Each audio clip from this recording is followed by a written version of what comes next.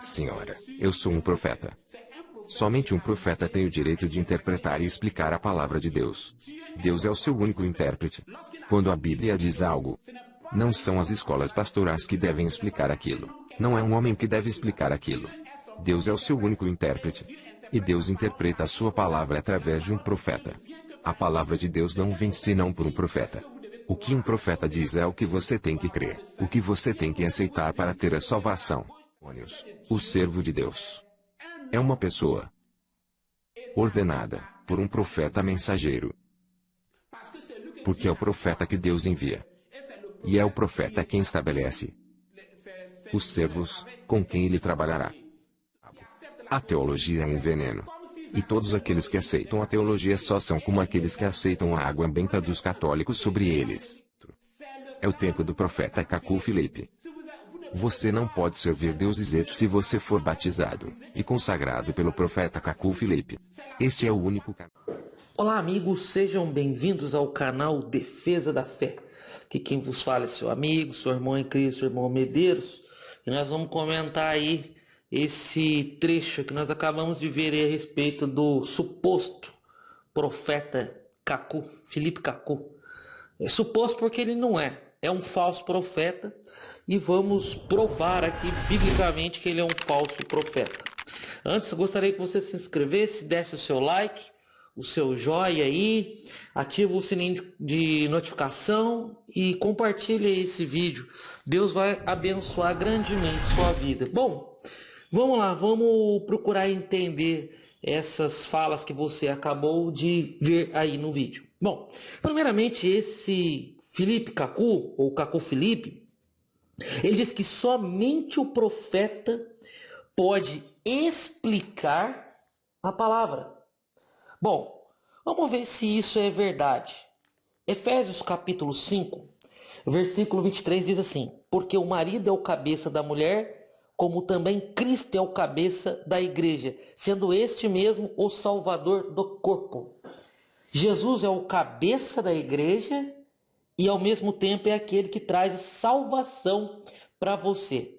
Isso é Paulo falando de Jesus. Então não é o profeta que interpreta a palavra de Deus. Jesus Cristo é o centro, é o cabeça, e o Espírito Santo nos inspira a interpretar a palavra de Deus. Então isso aí já não tem nada a ver.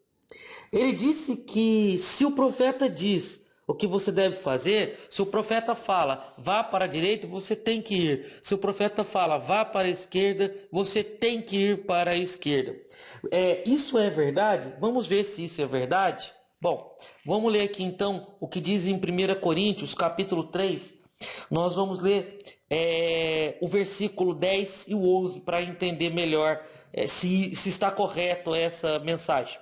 Segundo a graça de Deus que me foi dada, lancei o fundamento como prudente construtor, e outro edifica sobre ele. Cada um, porém, veja como edifica. Então o apóstolo Paulo diz o seguinte: ele lançou fundamento é alicerce, e outro prudente construtor continua construindo, continua a obra dele. Porém, cada um veja como edifica. Ele ainda fala, vê lá o que vocês vão fazer. Porque ninguém pode lançar outro fundamento, outro alicerce, além do que já foi posto, o qual é Jesus Cristo. Então Jesus, ele é o fundamento da igreja, ele é o alicerce da igreja, e esse fundamento chamado alicerce, as doutrinas da igreja, foram os 12 apóstolos que estabeleceram, para que nós venhamos apenas a imitá-los, tá certo? Por isso que a Bíblia fala, imitai os da fé. Então aprendemos duas coisas, que Jesus é o cabeça, e aprendemos que os apóstolos já estabeleceram as regras da igreja. Então aqui já tem um regulamento da igreja, e agora a nós cabe imitar e continuar fazendo. Bom, ele também disse o seguinte, que o profeta estabelece e escolhe quem irá trabalhar. Está correto essa ideia de que o profeta escolhe quem irá trabalhar? Vamos ver se está correto essa ideia. João capítulo 15, versículo 16. Não fosse vós que me escolhesses a mim. Pelo contrário, eu vos escolhi a vós outros e vos designei para que vades e dei fruto. Então, preste bem atenção. Jesus escolhe quem vai trabalhar na seara dele. Jesus escolhe quem será os obreiros. Não somos nós que escolhemos. É uma sequência de fatos. Deus toca para que fulano vá em tal igreja. Deus toca no coração para que tal pastor levante fulano. E assim vai. É Jesus que faz essa escolha. Não é a gente. Então, estamos vendo aí claramente que esse profeta Cacu, ele é um falso profeta. Tem mais duas coisas que ele falou aqui que nós vamos falar e eu já vou encerrar o vídeo. Antes, eu gostaria de deixar bem claro o seguinte. No link da descrição tem um vídeo aqui que eu fiz, se há profetas nos dias de hoje, nos dias atuais.